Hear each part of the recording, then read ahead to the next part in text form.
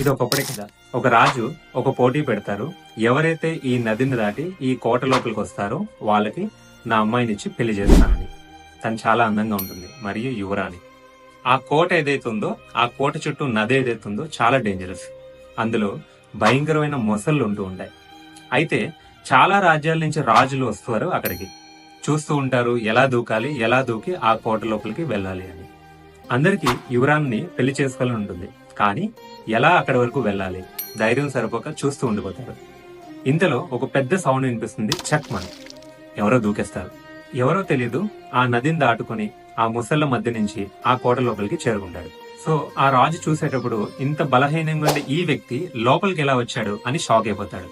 ఆ ముసలి నుంచి ఎలా తప్పించుకొని వచ్చాడని. సో ఆ రాజు తన్నే అడుగుతాడు ఎలా రాగలిగావని. ఆ వ్యక్తి కళ్ళల్లో చాలా కోపం ఉంటుంది. అప్పుడు తను అంటాడు, రాజుగారు, ఆ విషయం నేను చెప్తాను